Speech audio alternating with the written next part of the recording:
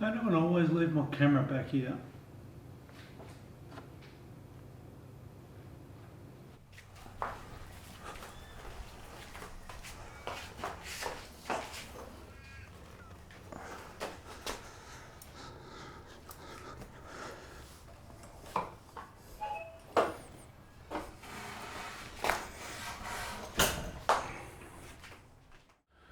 Hello adventurers, so today is a garage day and I'm getting the bike ready for a trip a little way out, but it's a pretty long trip and I just wanted to make sure I get everything ready, everything in its place, and any issues I get time to fix them.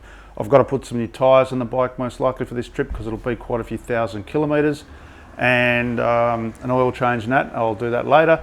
Today I'm just going to go put the panniers on and get a few things like that in order. So let's go to the computer and I'll show you where I'm thinking of going.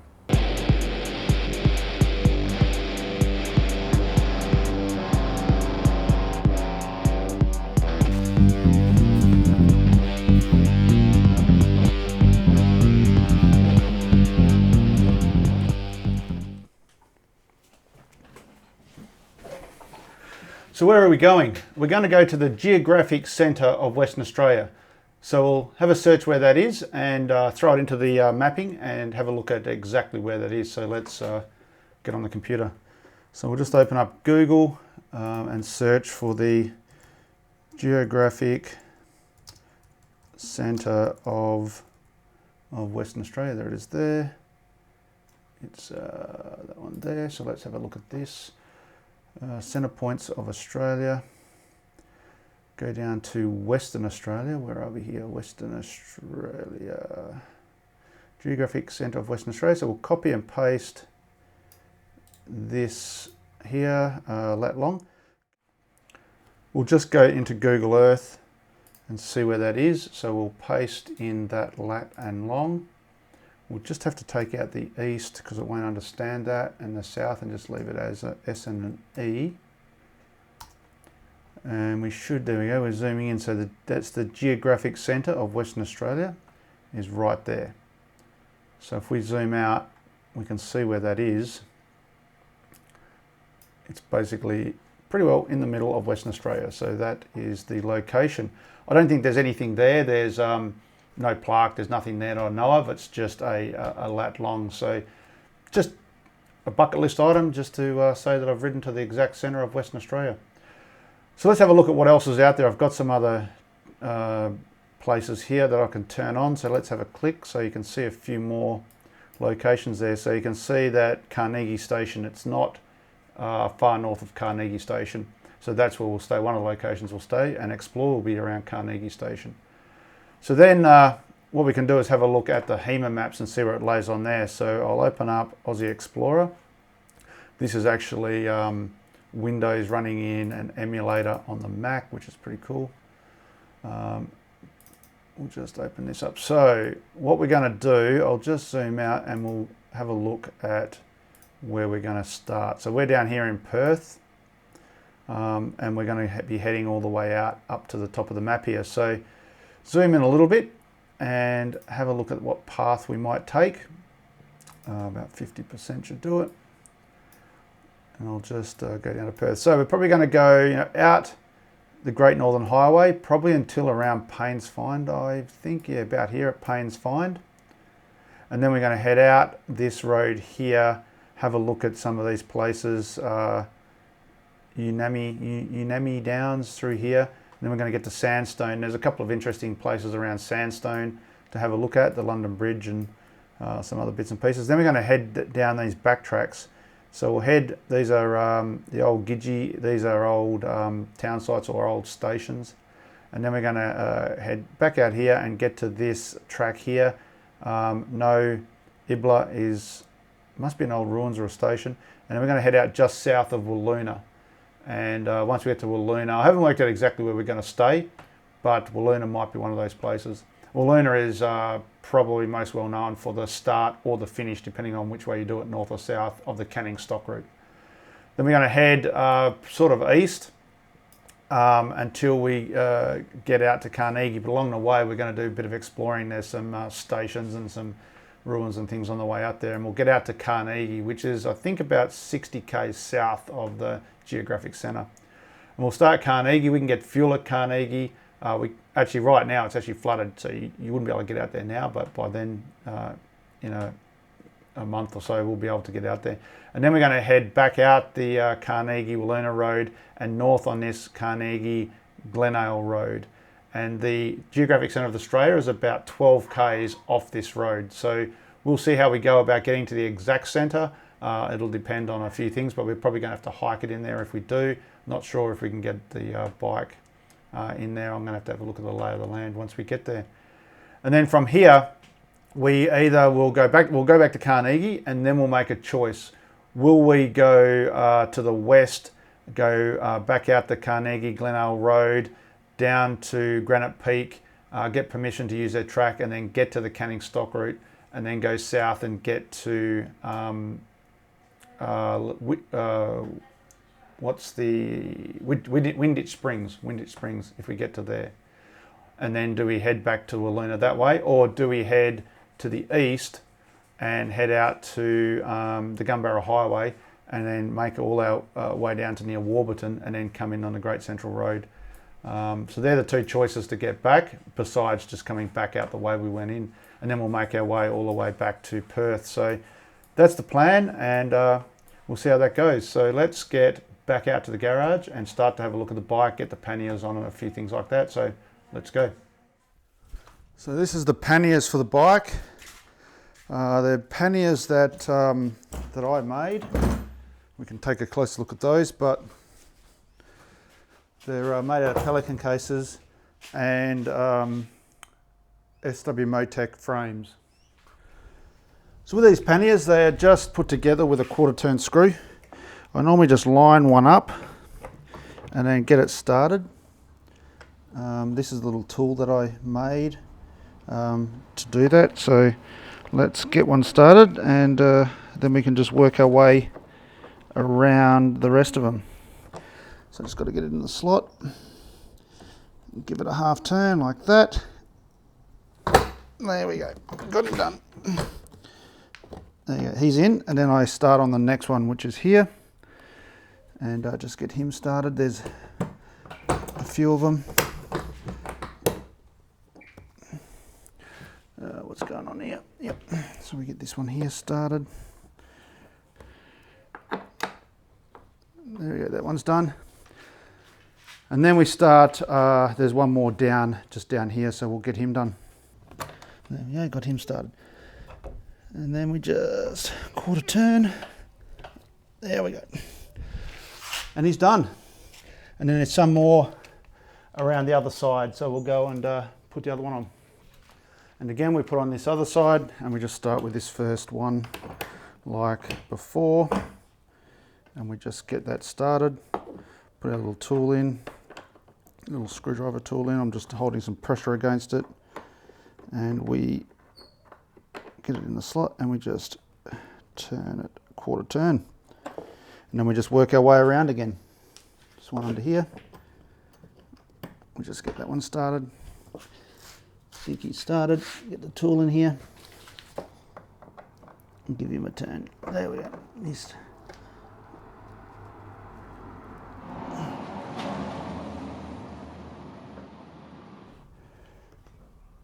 There we go. And then this one last one down the bottom.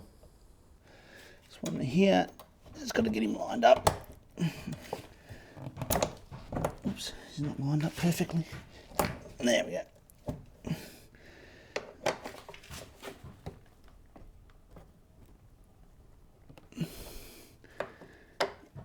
There we go, he's on. And there's one more at the back here that we just have to get, that goes across between the two panniers. Get him lined up. The 1/4 turn, there we go, he's lined up. And that's it. So that's the panniers on, and they're rock solid. So now we'll get to filling them up. Now we're going to get the stuff ready to put in the bike. So I'm going to go through all my bits and pieces and spares and make sure we have everything. So last ride I didn't take the panniers, so it's packed up a bit differently. So we got to go and pack it for the panniers and for the longer trip. So let's go and start with some spare parts. This is just my nuts and bolts that I cut around, various sizes that fit on the bike. They sit in here. There's some JB Weld, some tape, a strap, and some more stuff will go in there. But what I normally do with these containers is put the lid on, and then I make a hinge out of tape. Just makes it easier to manage these containers. Just a few bits of tape here and there, and that will, and then on the inside as well.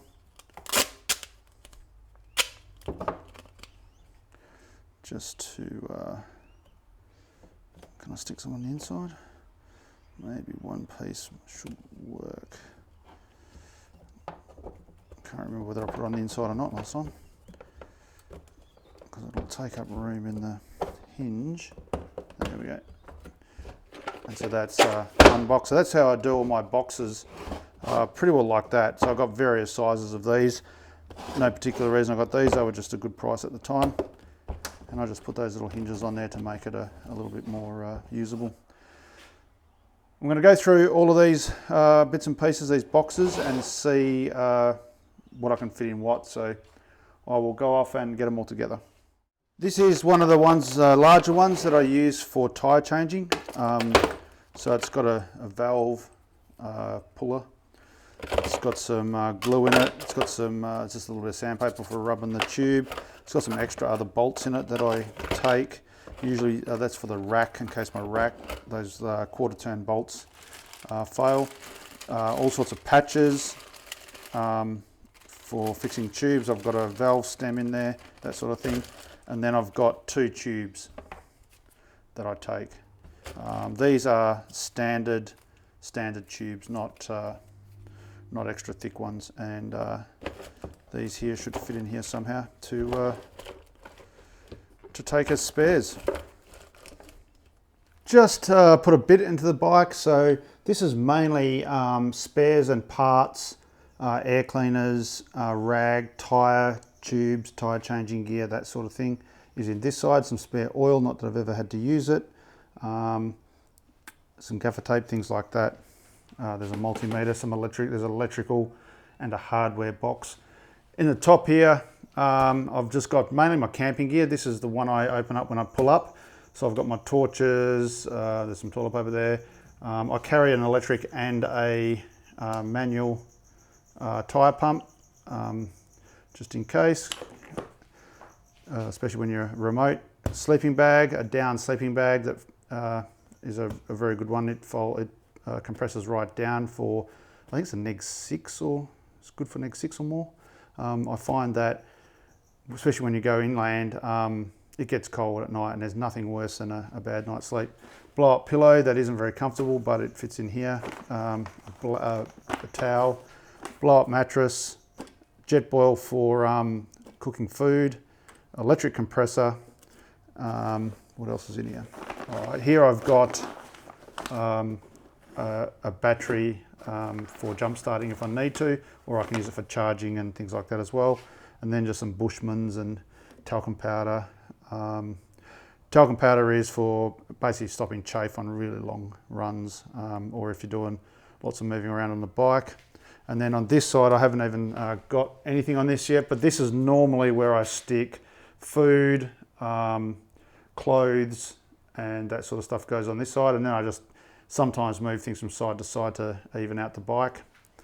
And water goes in the front. So I do it 2 ways. I actually have 2 3-litre bladders, the same bladders that go in the back of the hydration packs, or I use 3 litres of bottles fit in there, and that's where I put most of my water, is in the front there. So slowly getting there. Still a bit to put in. There's little bits and pieces. I've got to put some ground sheets and a tent. I've got to stick the tent on. Tent usually just goes on the top up here. It's also where I stick my jerry cans, so I'll stick those on and show you that setup next. And go get some ground sheets and add. So I'll go and get that together and give you another look. Then I'll get onto the front of it. So a bit further along, I have the fuel on. I'll show you what's in here. I haven't really added too much to there, and then I'll start on the front and show you what I'll do up there. But here is the fuel setup.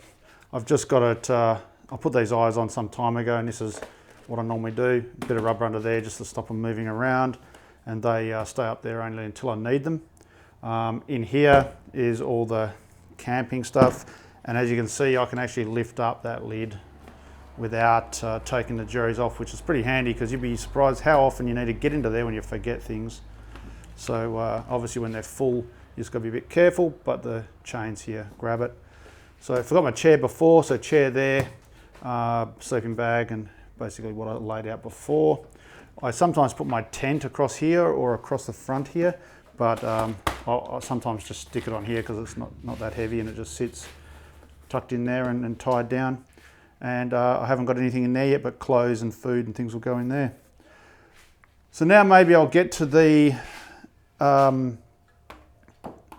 tank bag and the GPS and the stuff around here. So I actually put my old mirrors back on as well because last trip I destroyed a mirror. So let's get to putting the front on and go from there. This is a SW Motec bag. It sort of sits on the KLR quite nice. It's got an extendable top so I can fit quite a bit in. I really like this bag. This is where all my camera gear goes. So all the drone, camera gear, batteries, phone, all that sort of stuff goes in here because I can power it. So we'll get this on and have it ready for putting the camera gear in.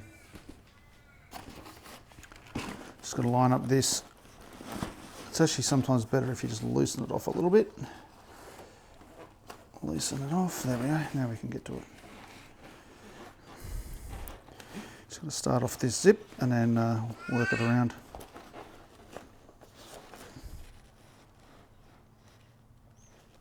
There we go. Just work it around. It's a bit easier if it is a bit looser.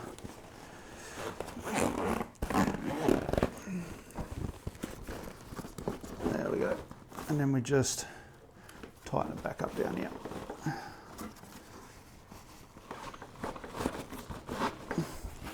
And that's the SW Motec bag, and you can make it a bit smaller by zipping that up. And then the zip to undo it is at the top here. And this is where I stick. I've got a few cables and batteries and things in at the minute. So that's the bag. Now I'll go and get the GPS, which sits up on here, and we'll whack that on. So this is the GPS. It's homemade. It's made out of a tablet. Runs Aussie Explorer, and works really well. This is I've got a few spares of these, but this is the first one that I built, and it's still running like clockwork. It's as you can see, she's a bit dirty and not perfect, but it still runs perfectly. So let's get this on. So pretty well it's just a ram mount. You just loosen off the ram mount. I've got a couple of ram mounts here joined together just to get it to where I need it to be, and then I can adjust it pretty well anywhere I like. And then I just line that up to where I want it. You sort of adjust it so you can look over the GPS to the dashboard to see the speedo, something like that. And then this here, I just use these DIN connectors, and usually I think I'll plug it into this one there, and then this one just plugs into here as the main power, and then we can just start him up. So you just hold a button over here. Where I haven't used it for a little while. All right, it's just turned on. Oh, here it is, this side. So you just hold that in, and it should start up. There we go, we start it up. There's a little bit of tape on the back to hold that wire. And I also carry a spare cord for it because if anything happens to that electricity, then I might be screwed. So I actually usually carry a spare power cord for it. So here we go, it's starting up. And then we just start up Aussie Explorer. And once that starts up, we can you scroll around and see where we are. So it works very, very well. We don't have any GPS at the minute, so we can just scroll around. You can zoom out to see where we are.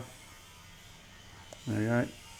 There's the West Australian coast, there's Shark Bay. So that's the GPS that I use and how I run it. It works really well, and it's just a matter of getting a position so you can see over it.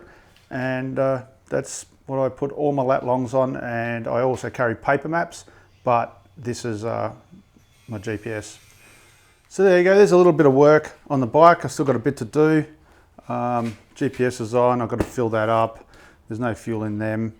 Got to do an oil change, as I said. Water. Brakes should be good. I did those last time. Front and back brakes should be done.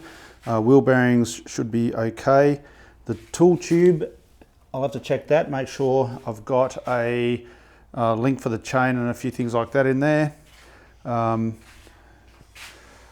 oiled the clutch cable, done all that because the choke cable broke, and then I've got to get my clothes in this side. So I'm going to take this for a spin. I've got a new helmet cam microphone setup that the last sort of setup I had just was a failure, and it didn't work very well at all, especially at high speed. So this new one I think works a lot better in my initial testing. So I'm going to go and test that, and just go down the coast this afternoon. So let's get the bike ready for that. I'll leave the panniers on. I might empty them out because they're not full and they'll rattle around a bit. So let's get the gear on and go for a spin. So here we are on the road taking the bike for a spin. I've just got to fill up the fuel at the BP. It's on the corner down here, and then I've also got to go and I just noticed two of my GoPro batteries, it's swollen. It looks like they're on their way out, so I'll dispose of those and get some new ones. I'll probably try and get the new Hero 8 ones. They work in the Hero 7. I haven't bothered with the Hero 8. I don't think it possibly has enough features to worry about going to the next one, but the batteries have a blue top on them, and I think they might be a little bit more capacity, I'm not sure, but we'll get them anyway. Then if I do get a Hero 8, they're compatible.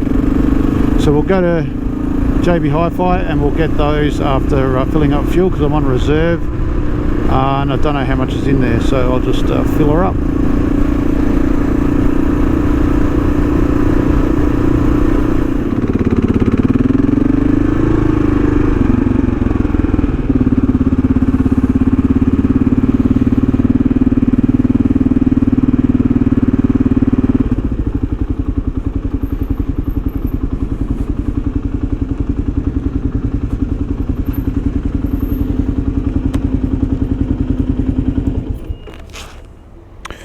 Filled up with fuel,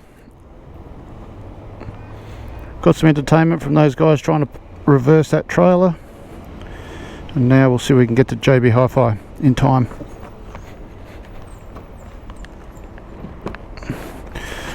Reset the speedo, it's back off reserve, we should be right to go.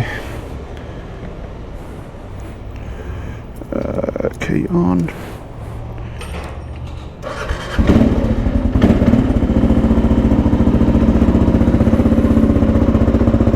Off we go. What's this guy doing?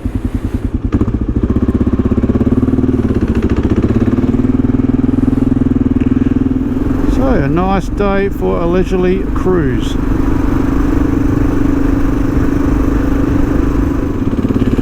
So I just changed it to Super View mode. I think that's a pretty good mode for helmet cams, nice and wide. You can see part of the bike.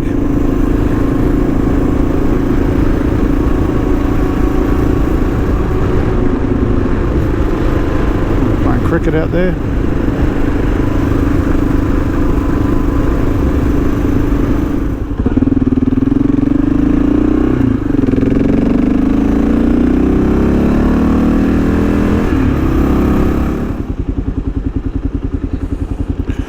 Just up here a bit, hopefully we'll get there in time.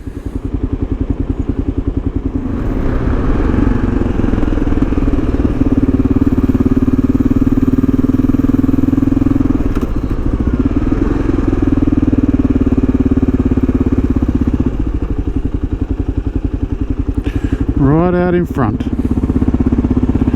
Since it's uphill, I'll just park here like this.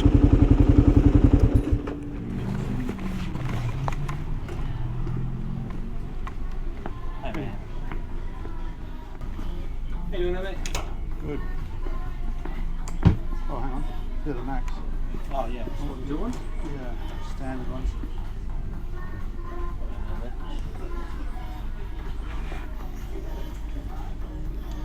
Josh, you got to call line 2, Josh line 2.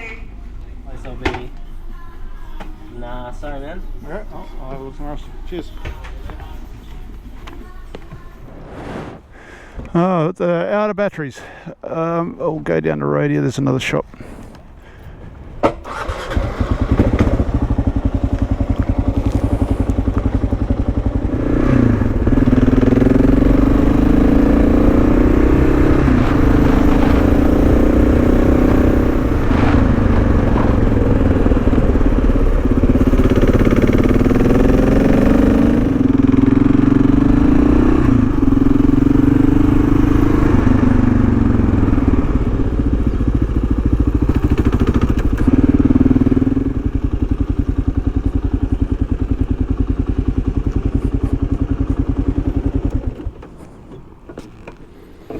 Okay, let's go in here and have a look.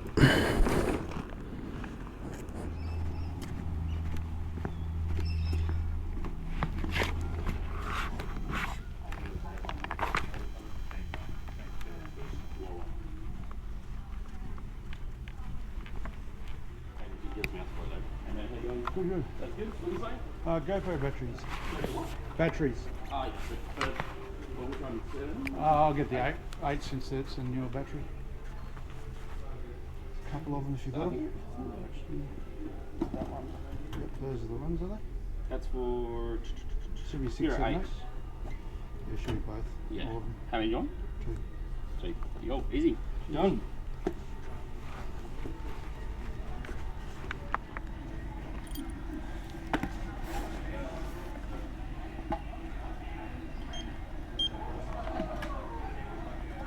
$68.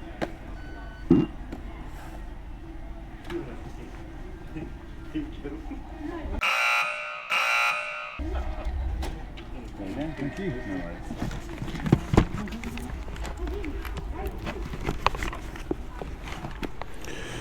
Yeah, got the batteries. We'll chuck those in tank bag. Charge them up when we get home.